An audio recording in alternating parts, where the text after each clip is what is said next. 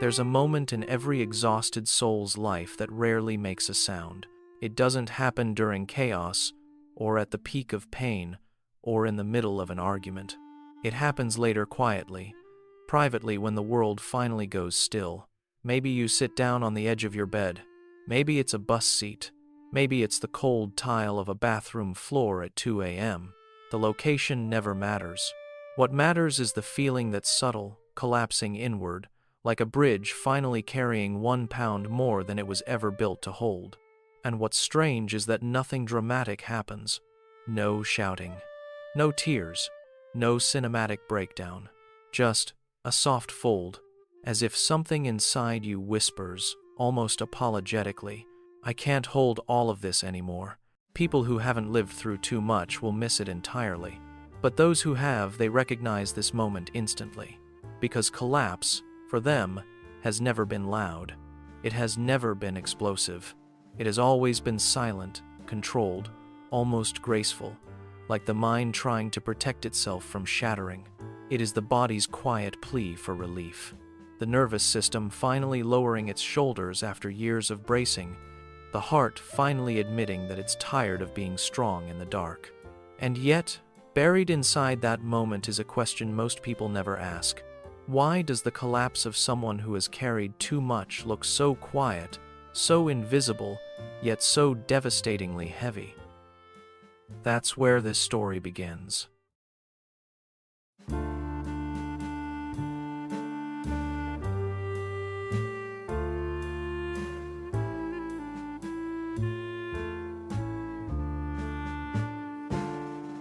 People often look at someone who has been through too much and say, "You're so calm. Nothing rattles you." But what they're seeing isn't calm at all. It's quiet numbness, the mind's emergency system running in the background long after the crisis is over. When the nervous system is overwhelmed for too long, it doesn't explode, it shuts down. It narrows emotional bandwidth to the bare minimum, the same way a computer goes into low power mode to keep from overheating. You don't stop feeling because you're enlightened. You stop feeling because your mind's capacity has been exceeded. This is why the world feels muted, why joy feels distant, why the things that should upset you barely make a ripple. Your brain isn't relaxed, it's protecting you from emotional overload by turning the volume down on everything. And in this state, people often mistake you for being centered, wise, unbothered. But peace is an active presence. Numbness is an absence.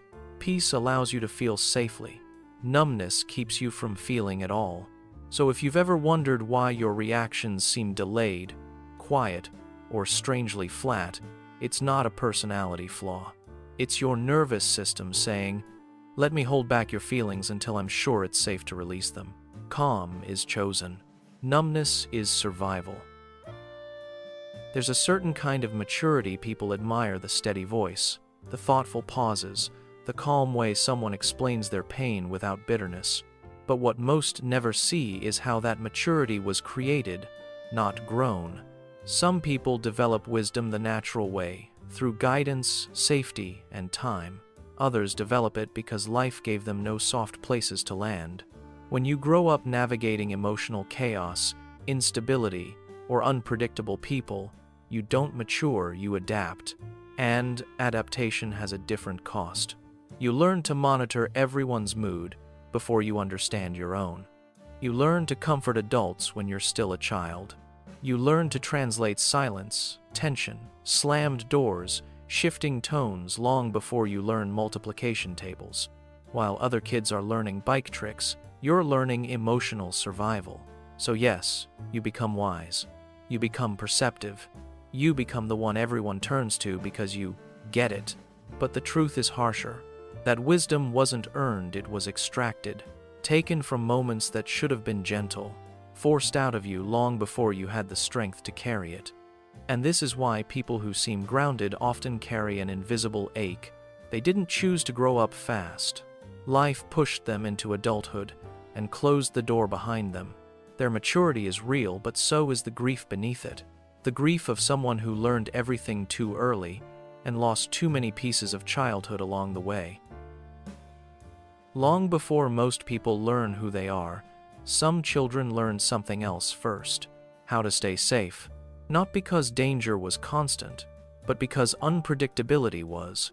And unpredictability trains the brain in ways no classroom ever could.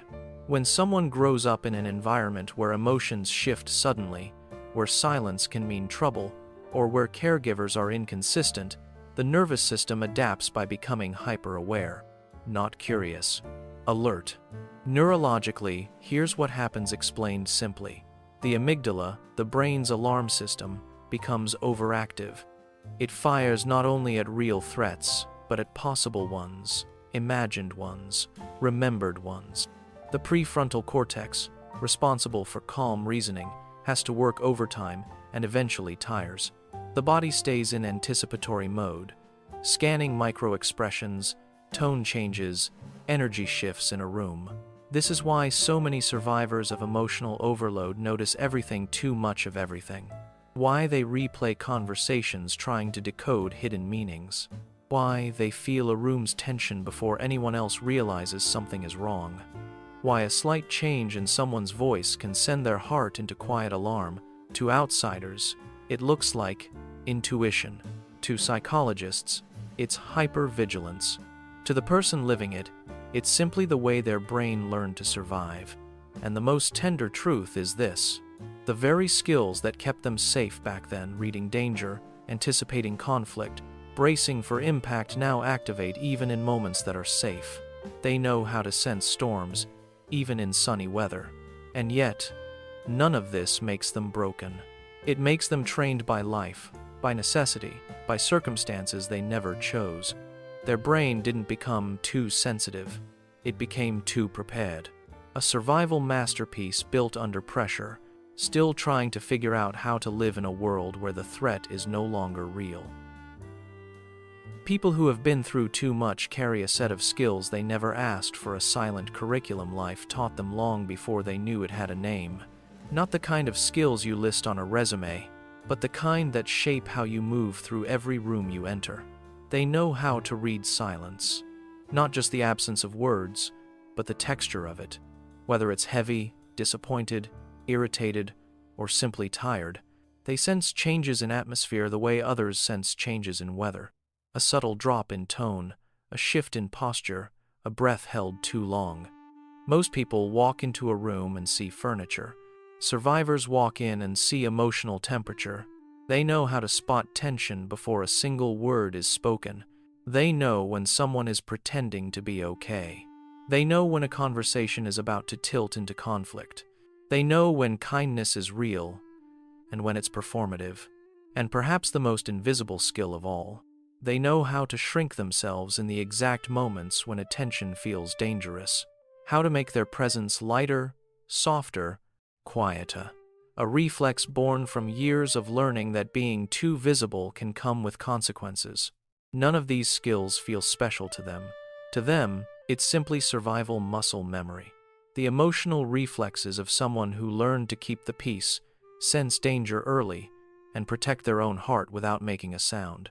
These are not personality traits. They are adaptations, proof of how profoundly life shapes a person, even when no one else notices. Love is supposed to feel warm, grounding, expansive. But for people who have carried too much for too long, love often feels like a risk, a beautiful one, but still a risk. Not because they don't want closeness, but because closeness has historically come with consequences. When your early experiences taught you that connection can be unpredictable, your nervous system doesn't relax when someone gets close, it braces. Some develop avoidant patterns. They care deeply, but distance feels safer. They pull back not out of disinterest, but out of self-preservation. Love becomes something they feel intensely but express cautiously. Others develop anxious patterns. Their heart senses danger even when love is steady. A delayed text, a softer tone, a changed rhythm, all can feel like abandonment approaching. Not because the partner is unsafe, but because the nervous system has memorized instability. And some carry disorganized attachment, a mix of longing and fear. They crave intimacy, yet flinch when they receive it. They want to be held, but worry that the moment they relax, something will break. To them, love is not a simple emotion. It is a psychological contradiction. I want this, but I don't know how to feel safe inside it. This is why they overthink the good moments. Why they rehearse painful outcomes before anything goes wrong. Why they apologize too quickly, forgive too easily, and doubt their worth even when someone chooses them wholeheartedly. They aren't afraid of love itself. They're afraid of losing themselves inside it. Afraid that history will repeat, that closeness will cost them more than they can afford to give. Love isn't the danger. The past is. Emotional exhaustion doesn't announce itself. There's no dramatic collapse, no scene, no warning. It shows up quietly in the slow fade that almost no one notices. At first, you're still present. You still smile, still respond, still show up, but something begins to dim inside you. Your laughter becomes softer, your words shorter, your presence lighter, as if you're trying not to take up too much space. You don't withdraw all at once. You drift gently, silently. Not because you don't care, but because caring has become heavy. Even simple conversations feel like effort. Even small decisions feel like weight. Rest doesn't fix it, sleep doesn't touch it, and distractions only mute it for a moment. To others, it looks like you're just busy or quiet lately. But beneath the surface, your mind is carrying things it has never put down. The emotional labor of years staying strong, holding peace, reading rooms, tending to others while neglecting yourself. So you fade in the only way someone who has been strong for too long knows how. Slowly, discreetly, without alarming anyone. And when someone asks if you're okay, you say, "I'm fine." Not because it's true, but because explaining the exhaustion would require energy you no longer have. Emotional exhaustion isn't the breaking point. It's the distance you create to survive until you can feel again. There is a kind of grief that rarely gets acknowledged.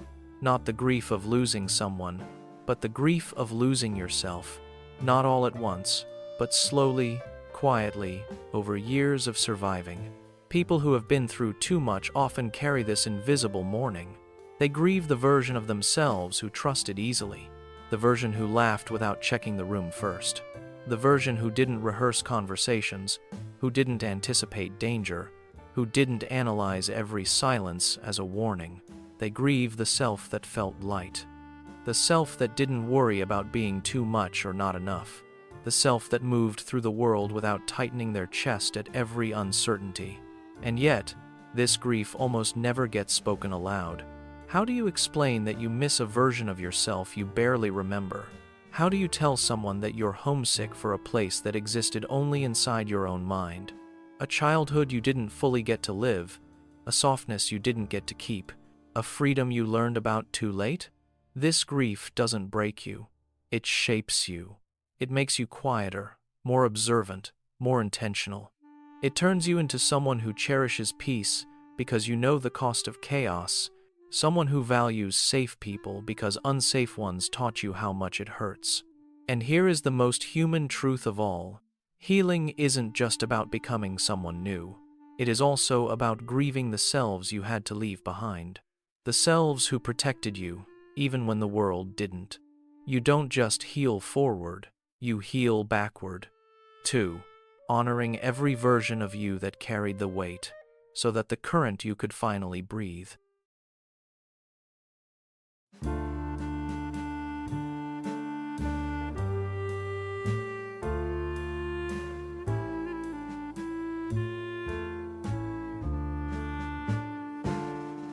Healing doesn't begin with forcing yourself to be stronger. It begins with understanding that your brain has been in survival mode for far longer than it was ever meant to be. Survival mode is brilliant. It protects you, sharpens you, prepares you, but it is not meant to be a permanent home. Healing is the process of teaching your nervous system that it no longer has to brace for impact every day. The first step is awareness, not judgment, not blame, just noticing.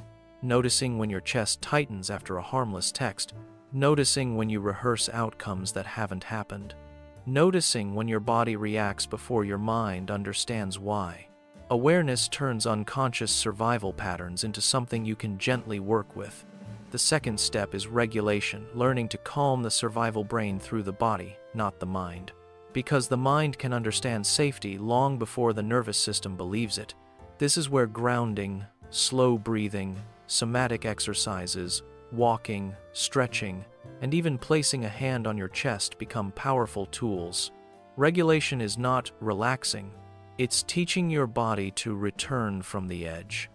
The third step is reparenting, giving yourself the safety, reassurance, and emotional permission you never consistently received. Telling yourself, you're allowed to rest. You're allowed to have needs. You're allowed to feel without earning it. Reparenting rewires the belief that you must be strong to be loved. The fourth step is building healthy connections slowly, intentionally, with people who feel safe rather than familiar. Your survival brain learned relationships through threat and instability. Healing teaches it to experience relationships through consistency and care. It's not about trusting instantly. It's about learning that trust can be gradual. And the most hopeful truth is this: your brain is not stuck. Neuroplasticity means it can adapt again, this time not for survival, but for peace. Not to brace, but to breathe. Not to endure, but to finally live. There comes a moment quiet, almost unremarkable, when you begin to realize that everything you survived has shaped you into someone with uncommon depth. Not because your life was gentle, but because you learned to navigate storms that would have broken others. And without even noticing, you became something rare. A lighthouse. A lighthouse doesn't shine because it is perfect. It shines because it remembers the darkness. It knows what it's like to feel lost, overwhelmed, unsure of the next step, and that memory becomes its guidance. People who have been through too much often become that steady presence for others, the calm voice, the patient listener, the person who understands without needing every detail. Your survival became insight. Your pain became compassion. Your reflection became wisdom. And now, you are learning something even more powerful: that your life no longer has to be about enduring. It can be about creating gentleness, creating connection, creating a future softer than your past. If this spoke to you, if you felt seen, understood, or less alone while listening, I'd love for you to stay. Subscribe to the channel so you don't miss the next chapter, and share your thoughts in the comments. Your story might be the light someone else has been searching for.